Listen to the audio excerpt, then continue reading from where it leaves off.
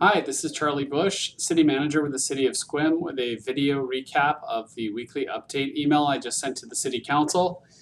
First off, this week in the area of council direction is Homeward Bound. Homeward Bound is a community land trust that's looking to get re-energized, to have a new board, get involved, and that would be a potential key partner in developing affordable housing in both Jefferson and Clallam counties. I've been asked to be a part of some organizing meetings and potentially to be on the board of directors. And so I'm communicating with council about my activities there, and we'll be talking with them more on Monday night at the council meeting about that. In the category of council follow through, we had a community emergency response team exercise that occurred on June 3rd. A big one with about 200 volunteers doing search and rescue in a school district building here in town.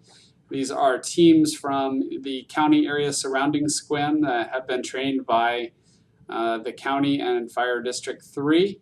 And it was a very successful event. Our own Barbara Hanna was involved as well in the event and exercise. And the next step is to look at training teams within the city limits to do search and rescue at the same level. So there'll be more activity on that.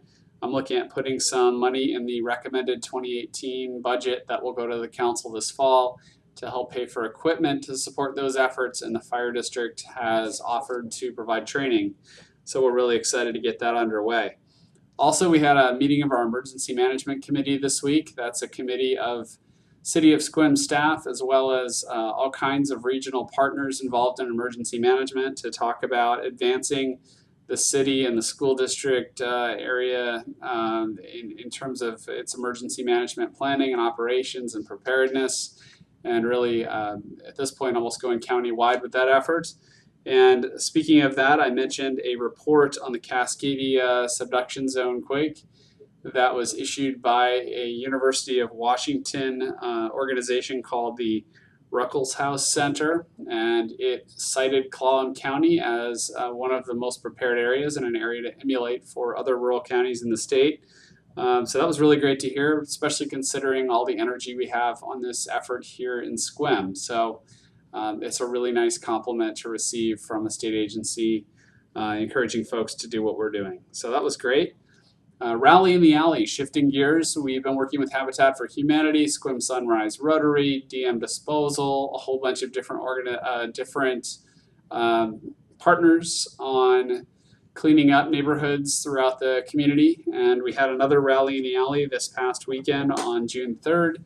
It was in the eastern area of downtown, north of Washington, east of Sequim Ave, all the way out to Carrie Blake Park. And we invited for the first time the community to also bring debris, refuse, garbage to the dumpsters that were available. And so they filled up in 2 hours, and we had allotted 4 hours for the event. So we'll probably double the dumpsters once again. We doubled the dumpsters for this event, but we'll keep working the issue. But some great stories came out of it. We got a really nice compliment from one of the sites that hosted a dumpster about our cleanup efforts to make sure that their parking lot was fully clean, and apparently it was cleaner than it was before we got there, so that was great to hear.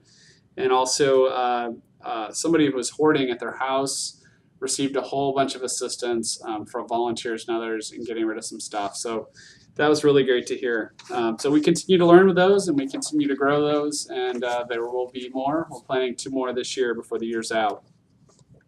We're working on the next phase of the Guy Cole improvements, and the kitchen is a big area of focus right now. So we had a design charrette this past week where we had a bunch of people get together to talk about what should be in the kitchen as it's redeveloped. And I'll have more information for council at Monday's meeting as well as on the 26th of June on this topic. Our architects involved in making sure now that we have a vision, that we know the cost of that vision, and we'll have an itemized list that council can discuss on the 26th. Next up, economic development, what we call Eco-Devo. It's a little bit behind schedule due to some volunteer challenges that we've had. We have 4 volunteers working on helping us get our business retention expansion program up and running. Fortunately, 2 of them had to resign due to other family commitments in the past few weeks while I was on vacation actually last week, and so Our project's a little bit behind in terms of getting implemented. We were hoping to start doing business visits in this month, and we'll probably start in July at this point. So I was letting council know that, and also letting them know that our business splits, where we plan to go out and visit 50 businesses in a morning, was originally planned for July, and then we bumped it to September because summer's busy, and now in September we have a big neighborhood event. So we're going to drop it in October, and so I was just letting them know that. I went on a tour of Peninsula Behavioral Health over in Port Angeles, along with a couple of counselors and some city staff the other evening, and it was very helpful. We received a great overview of services from Wendy Sisk and other staff there, and had an opportunity to see a 16-bed facility in Port Angeles as well. So we learned a lot about Peninsula Behavioral Health, the services they provide, and the needs that they see. All good stuff for us to know. Cascade Bicycle Club, I'm going to go on a ride with them on Sunday in Port Angeles. Their leadership will be here, and we're going to talk about the Olympic Discovery Trail and opportunities for future development and improvements on the trail. Timber Harvest Revenue Meeting, I met with Jim McIntyre representing the Port of Port Angeles, as well as Mayor Smith and Christina Nelson Gross, our city attorney. We all met with Jim this week to talk about timber arrearage and possible resolution that would allow for additional logging activities to clear the arrearage in our county, and that would provide revenue to junior taxing districts. And we let Jim know that right now we're neutral on this topic. We had a prior discussion about it, and we're waiting to see what the junior taxing districts who will benefit directly from any additional logging activities, what their position is. So that would be groups, organizations like the North Olympic Library System, Fire District 3, and the Sequim School District. So we're waiting to see what they do, and then we'll go from there. Next up, the mayor and I attended a Department of Natural Resources meeting this week as well over in Port Angeles, and it was with the state's Commissioner of Public Lands. We learned about a new community partnership program where 5 communities are going to be selected, and those communities will have an opportunity to partner with DNR, Department of Natural Resources at the state, in some unique ways. And so we're going to be doing a bit of an inventory of our DNR lands around us as well to see if there are opportunities there for us to seize upon. But it looks like Forks may be one of the initial communities, and that's great for them. Next up, in related news, Coastal Farms. They had a grand opening on the east side of town in the QFC Plaza this week, and we had a number of council members in attendance. I was there also. It was a really high energy, spirited event. Thought a great reflection of our community. The Sequim Sunrise Rotary, I presented there this morning on city activities and council priorities, so I let council know that.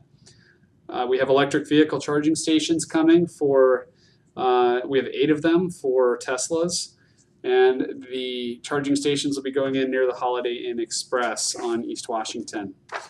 So I let council know we issued that building permit. Museum building permit. We also issued that one for a museum expansion this week. It's for the Sequim Museum and Arts Center, and it's for an expansion at their site on Sequim Avenue, which is north of First Street, basically across from the high school, from the old high school. So that's a great site for them. We're excited for them. We're glad to issue that permit and to see activity start there. Sales tax for the month of May, I reported to council on that. It was up about $9,000 over our forecast, or at 104% of our budgeted revenue. And year to date, we're at 102% of budgeted revenue and $24,000 in excess of our forecast. So that's all really good news and evidence of a solid economy. And I also sent the council their planning calendar for future meetings just to keep them up to speed on what's coming their way. And then Kudos of the week, mowing on North Brown Street. This is actually a couple of weeks old, but we got a request to mow Brown Street, which is in the city south of East Hendrickson Road, so that residents in that area could make their way into the city safely on this side of the road. And not only did our crew do it, but they did it in the same day, and they got a really nice email back. So kudos to them, great job. Also, there was a rave in the PDN, the Peninsula Daily News, about how beautiful Cary Blake Park was looking. This is a few weeks ago as well. And kudos go out to our park staff, Roger, Gilchrist and Gary Butler for their work at Carrie Blake Park and elsewhere around the city. And we got one from Bob Schroeder, the new Economic Development Corporation Executive Director as well, about Carrie Blake Park and some other stuff in the city. And that wraps up the weekly update for this week. This is the week of Friday, June 9th, 2017. Hope you all have a great weekend. See you again soon.